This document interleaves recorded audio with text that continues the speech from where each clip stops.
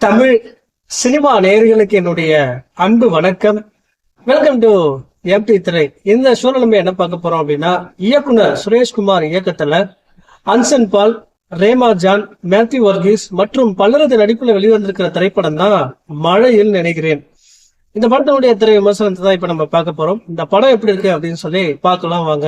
இந்த படத்தினுடைய கதை என்ன அப்படின்னா, படத்தினுடைய நாயகன் பட்டப்படிப்பு முடிக்காம சும்மா ஊரை சுத்திட்டு இருக்காரு நாயகன் அன்சன் பால்.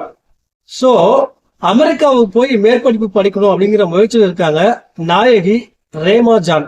ரேமா ஜானை பார்த்ததுமே நாயகன் அன்சன் பாலுக்கு காதல்ல விழுந்துடுறாரு.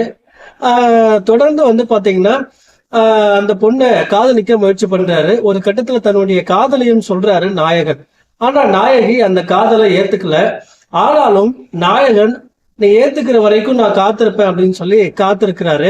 இறுதியில நாயகனுடைய காதல் வெற்றி அடைஞ்சதா இல்லையா அப்படிங்கறதுதான் இந்த படத்தினுடைய மீதி கதை. இந்த படத்தை பத்தி அலசணும் அப்படின்னா, படத்தினுடைய நாயகன் அன்சன் பால் பாத்தீங்கன்னா இதுக்கு முன்னாடி சின்ன சின்ன கதாபாத்திரங்களும் நடிச்சிருக்காரு. இப்போ நாயகனா நடிச்சிருக்காரு. ரொம்ப சிறப்பாவே நடிச்சிருக்காரு அப்படின்னு தான் சொல்லணும். குறிப்பா பணக்கார பையனா ரொம்ப ஜாலியான வாழ்க்கை வாழ்றதாகட்டும், காதலுக்காக ரொம்ப கஷ்டமான வாழ்க்கை வாழ்றதாகட்டும், இரண்டு விதமான சூழ்நிலைகளிலுமே ரொம்ப சிறப்பான நடிப்பை வெளிப்படுத்தியிருக்காரு. ரொம்ப நல்லாவே நடிச்சிருக்காரு. அதே போல நாயகியா நடித்திருக்கக்கூடிய ரேமா ஜான் தன்னுடைய நடிப்பாகட்டும், அழகாகட்டும் எல்லாத்துலயுமே பாத்தீங்கன்னா ரொம்ப அளவா நடிச்சிருக்காங்க. அது ரசிகர்களை ரசிக்க வச்சிருக்கு. அதே போல நாயகனுடைய அப்பா அம்மாவாகட்டும், நாயகியுடைய அப்பா அம்மாவாகட்டும், மற்ற நடிகைகள் எல்லாமே அவங்களுக்கு கொடுக்கப்பட்ட வேலையை சிறப்பா செஞ்சிருக்காங்க.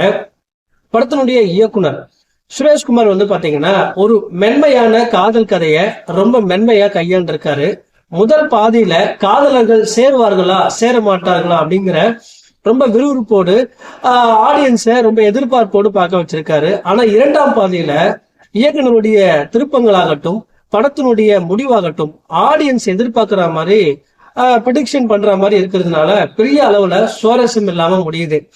இயக்குனர் இந்த கதையில அந்த காதலர்களுக்கான பிரச்சனையாகட்டும், அவங்க ஒண்ணு சேருவாங்களா சேர மாட்டாங்களா அப்படிங்கிற அந்த காட்சியாகட்டும், அந்த காதல் காட்சிகள்லையும் கொஞ்சம் கூடுதல் கவனம் செலுத்தினார் அப்படின்னா படம் வேற லெவல்ல இருந்திருக்கும்.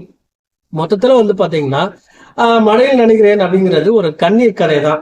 இந்த படத்தினுடைய ஒளிப்பதிவும் விஷ்ணு பிரசாவுடைய அந்த பின்னணி இசையும் பாத்தீங்கன்னா வேற லெவல் இருந்திருக்கும்.